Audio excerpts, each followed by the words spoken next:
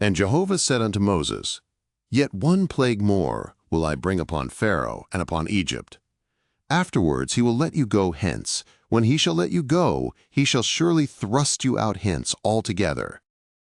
Speak now in the ears of the people, and let them ask every man of his neighbor, and every woman of her neighbor, jewels of silver and jewels of gold. And Jehovah gave the people favor in the sight of the Egyptians. Moreover, the man Moses was very great in the land of Egypt in the sight of Pharaoh's servants and in the sight of the people. And Moses said, Thus saith Jehovah, About midnight will I go out into the midst of Egypt. And all the firstborn in the land of Egypt shall die, from the firstborn of Pharaoh that sitteth upon his throne, even unto the firstborn of the maidservant that is behind the mill, and all the firstborn of cattle.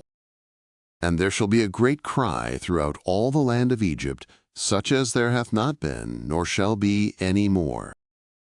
But against any of the children of Israel shall not a dog move his tongue, against man or beast, that ye may know how that Jehovah doth make a distinction between the Egyptians and Israel. And all these thy servants shall come down unto me, and bow down themselves unto me, saying, Get thee out, and all the people that follow thee, and after that I will go out. And he went out from Pharaoh in hot anger. And Jehovah said unto Moses, Pharaoh will not hearken unto you, that my wonders may be multiplied in the land of Egypt. And Moses and Aaron did all these wonders before Pharaoh. And Jehovah hardened Pharaoh's heart, and he did not let the children of Israel go out of his land.